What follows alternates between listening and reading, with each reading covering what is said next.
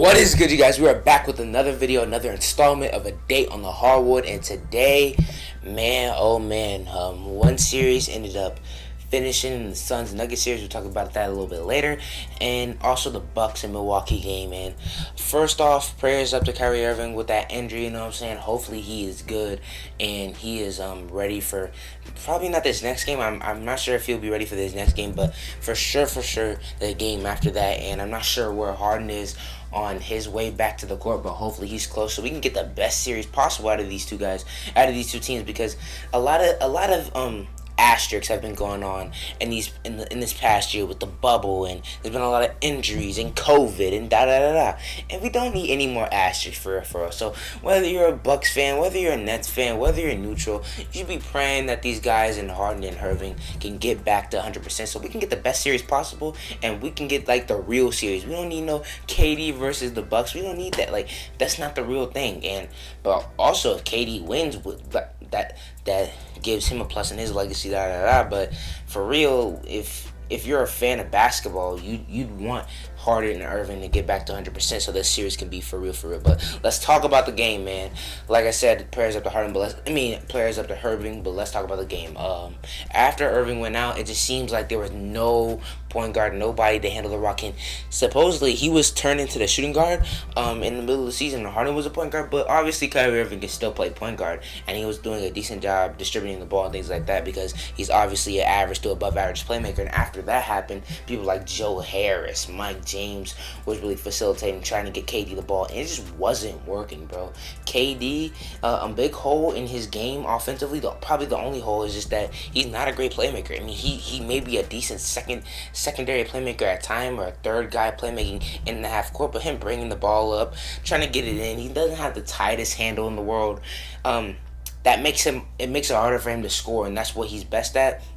So when you're making him be that primary ball handler, making the decisions and stuff like that, it makes it harder for him to score, and that's what happened today. Also with PJ Tucker's insane physical defense, was he fouling a lot? Yes. Was he getting away with some? Yes. But he was also playing some decent defense on Kevin Durant, probably the best that we've ever seen somebody play defense on him. So you got to give him credit, although if you think he's hacking or not, I understand that's an opinion of a lot of people on Twitter, but he's doing his best on Kevin Durant, and with trying to do your best on Kevin Durant, you gotta hack him. You gotta get into him. He's skinny. That's the weakness in him. He gets moved around easily, even though he's 7 foot. He's built like a stick, bro. And if you gotta use that, and you gotta foul a little bit.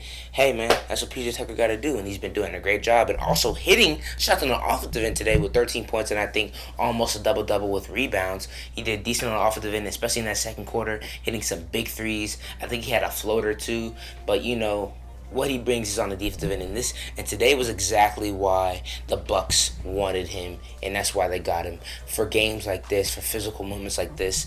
I think they may be a little bit tighter on him with the foul calls, and he may get into some foul trouble next game because it was just such a physical game today, and he was getting away with a lot of stuff, so they may tighten up on it. But if they don't, keep playing like you're playing, and you have a really good chance of making it hard on KD once again. But let's talk about some other people, man. Jrue Holiday played more aggressive today. Chris Middleton, ever since the middle of that second half and the second blowout that the Nets had against them in Brooklyn, Middleton has been insane. Although they did get blowout in that second game, since then till now, he's been shooting great from the field, man. Shooting some contested threes, some big shots.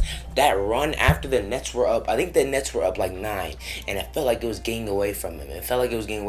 This was before Kyrie got hurt, because when Kyrie got hurt, I'll give the Bucks their credit. When Kyrie was down already, they were down. They were down when Kyrie went down. So they were still struggling a little bit even with Kyrie in the game, but obviously it's a big difference with him in and out. But what started the run to get the Bucks back in this game was a pick and roll, and it was kind of like a throw up, right, to get a foul in the three-pointer, but he ended up making it a 4-point play, and that's really what started the run, man.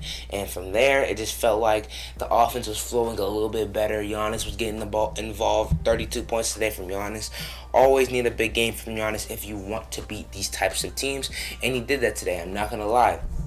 I've been a little bit critical of Giannis in the past because he just, not on this channel, but like just talking with my friends, because I just feel like He's still not utilized correctly, in my opinion. He's still trying to be this point guard, primary.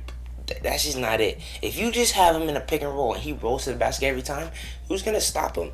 And today he did a little bit more of that. Also with his little mid-range, little fadeaway, whatever you call that, he did decent on that as well. And also in transition, nobody can stop him.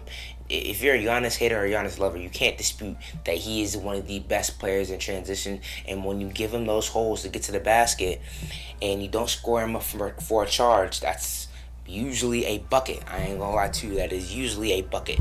So you gotta stop that. I don't know why Blake Griffin didn't play in the fourth quarter. I'm not sure if he's hurt or not, but he's the best chance you have at least slowing down Giannis. So definitely needs to play more. I have no idea what was going on there. People kept pointing it out, like the commentators kept pointing it out during the game. I didn't notice until they said something, but yeah, why is he not playing in the fourth quarter? Something must be wrong. You know what I'm saying?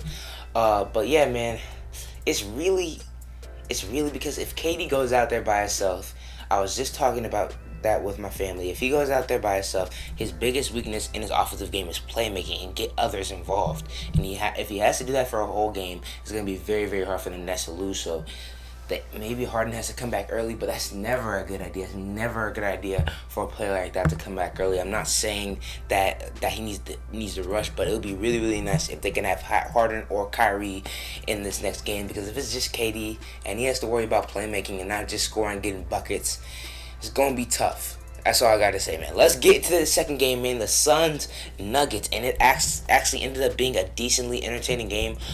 First thing I'm going to talk about is this ejection. You're injecting the MVP in an elimination game, man. Although he swiped down and he hit bro's nose. He hit Cameron Payne's nose trying to go for the ball. You know how if Jokic gets fouled or something happens, he doesn't even think about going to play defense. He literally runs to the ref or fouls somebody, and that's what he tried to do in this possession. He chopped down and he accidentally hit bro's nose, and then he hit the ball. And I just knew it was going to be a flagrant or technical. They came out and said flagrant 2, and boy, oh boy, That was a soft flagrant 2, man. I think I've seen some tougher flagrant ones this playoffs than that, bro. And you can't eliminate the MVP in the elimination game. Man, that would have been a great photo finish the way that game was going if Jokic was still in there, man. And it sucked that that's the end of his MVP season. Getting ejected in a sweep, that's tough, bro. Getting ejected in the sweep. He played decent when he was in the game, hitting his mid-ranges a little bit more. Still struggling for the free throw line a little bit, but hitting his mid-ranges a little more. Obviously, gonna get the boards, and man, Will Barton and Campazzo were really big today, energy-wise. Campazzo was hitting a couple threes, playing decent defense, hustling. Will Barton never quit, being a decent scoring option for their squad. MPJ in the third quarter was trying to get it going. Aaron Gordon struggling once again, bro. He struggled again. Monte Morris in the first quarter, 4 for 5 for 11 points. They were having decent contributions trying to win this game, but none of that matters if Jokic is out, and it doesn't add up. If Jokic is out, all those contributions really go to nothing, and they have to play. Even more players have to play out of their skin. Shout out to JaVale McGee for playing after Nikola Jokic got ejected. He played decent. He had like one of them floaters that he always. Not a floater, hook shots that he always does. Playing okay defense in the paint. You know, JaVale McGee type minutes. You know what I'm saying? But shout out to him. We haven't seen much of him in this series. We didn't see any Paul Millsap today. I guess they liked McGee more than Millsap in this game. I don't really know. They kind of changed that up and obviously put Morris and Barton in the starting lineup and Campazzo and Rivers to the bench. So Michael Malone was trying whatever he could to really get this team to respond, and they tried, but this Suns team is really, really different, and they are a finals contender for real now, man. DeAndre Ayton didn't have the greatest game, getting in early foul trouble, but Christopher Emmanuel Paul, learned that full name from King of the Fourth Quarter because he always says it, but that man in the third quarter, it felt like he had 25 in that quarter alone. They did better on him with that mid-range shot in the first half. He wasn't getting to it as easily, but in that third quarter, he was like every time, bro. No, I think it was more in the second quarter, but he did it in the third quarter as well. He just swinging, doing a dancing with them, mid-range, right, every time, bro. every single time, and it was beautiful to watch for real. Like, I'm not even lying, dude. Like, that dude is cold. And it's crazy how we thought he was actually going to be out of the series, hurt, not going to be very effective in the first round, to being arguably the best player in these last couple games. And Devin Booker played really, really well as well. But I want to say one thing about Devin Booker. He had a great game. But you didn't want no smoke.